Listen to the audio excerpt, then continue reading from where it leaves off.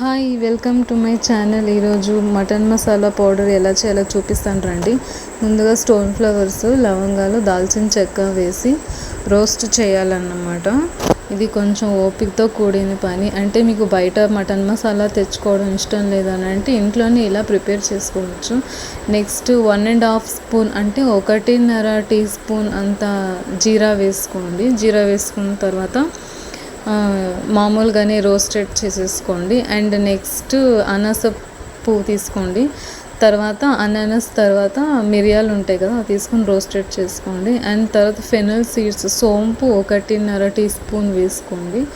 And జనరల్గా ఇంకా roasted చేసుకోండి. ఎటువంటి ఆయిల్ కూడా వేయాల్సిన అవసరం ఉండదు. జస్ట్ ఇది రోస్టెడ్ పౌడర్ కదా, మీకు నచ్చితే కర్రీ లీవ్స్ వేసుకోండి. నేనైతే కర్రీ లీవ్స్ వేసాను. మీకు ఇష్టం లేకపోతే స్కిప్ చేసేయచ్చు.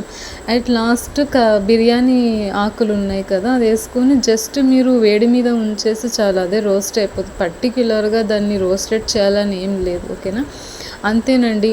అండ్ ఇందులో చూడండి ఈ ఐటమ్స్, మీకు దీంట్లో ఏమైనా ధనియాలు, డ్రై చిల్లీస్ ఉంటే యాడ్ చేసుకోండి. లేదు మా ఇంట్లో ధనియాలు, డ్రై చిల్లీస్ లేవంటే మీరు గ్రేటెడ్ పౌడర్ ఉంటే కూడా యాడ్ చేసుకోవచ్చు. చూడండి ఇలాగా. ప్రజెంట్ అయితే మా ఇంట్లో ధనియాలు లేవు, డ్రై చిల్లీస్ లేవు, కాబట్టి నేను ధనియాల పౌడర్ అండ్ చిల్లీ పౌడర్ అయితే వేసుకున్నాను, గ్రేటెడ్.